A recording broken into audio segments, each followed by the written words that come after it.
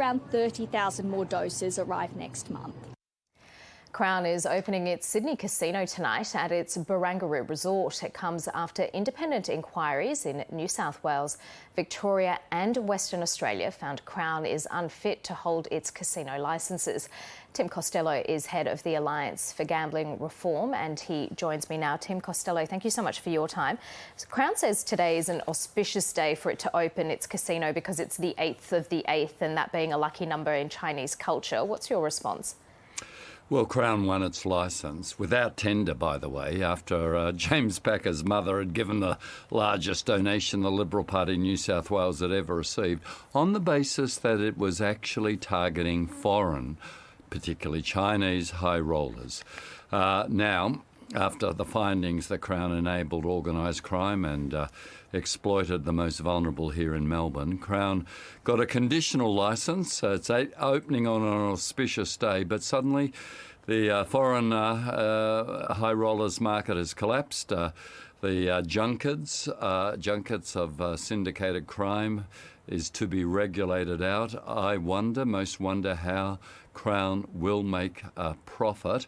Already they're saying, oh, well, anyone who's got $3,500 is really a VIP gold pass. That's a high roller, a whale. The whole thing is really a bit of a joke, but here we are.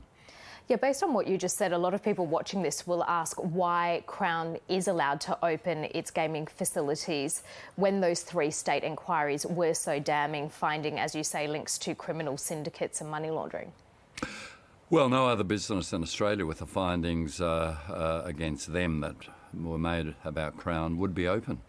It was too big to fail. It was so politically well connected to both sides of politics. Let me just be really blunt. The gambling industry has captured politics, particularly in New South Wales, but other states. It is to politics in Australia what the gun lobby is to politics in America. That's why it got a conditional licence. And when you have an opening today, how are we meant to celebrate when we don't know the protections that Crown have placed on them? The legislation really isn't through. When we know in Adelaide, which had a casino, was just to be high rollers, within 12 months they couldn't make a buck and they had to have pokies to save them, and the government of course caved in and gave them pokies. I suspect that might happen at Crown. The whole thing should leave everyone in New South Wales feeling rightly very vulnerable.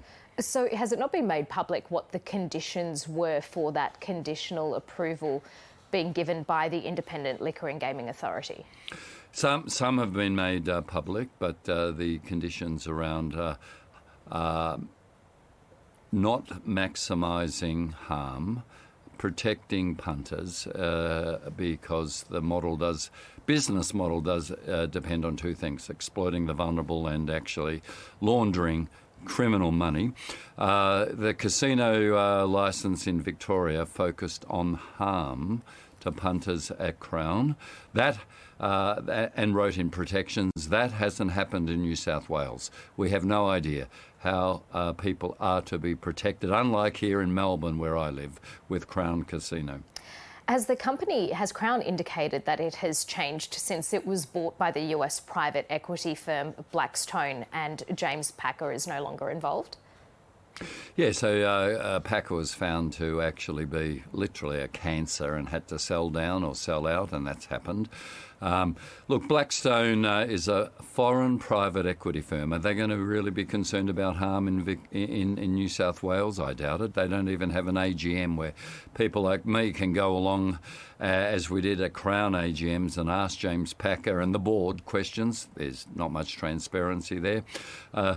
So it's very confusing to me that someone found unfit, enabling organised crime, now has a licence when the foreign overseas whales have collapsed as a business, and that was the whole basis of Crown getting a licence. It's pretty obvious to me that in the end they're going to be preying on locals in Sydney and New South Wales. There is a big windfall for the state government in terms of tax revenue if Crown is operating its casino. Is that problematic in your view? Yeah, that's what this is all about. What we've seen right through Australia with casinos is that they captured the regulators, utterly captured them. They captured both sides of politics, utterly captured them. You know, New South Wales has 35% of all the world's pokies in clubs and pubs. Most pokies in the rest of the world aren't in pubs and clubs so accessible. We are the gambling capital. We not only have the greatest losses per head, 40% higher losses than the nation that comes second. Guns to America is gambling to Australia, capturing politicians.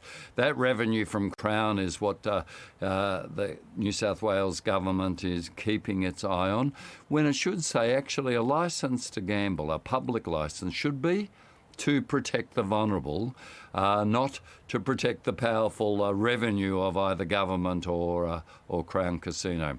That's what worries all of us. Tim Costello, thank you so much for your time. That's a pleasure. It's a job seekers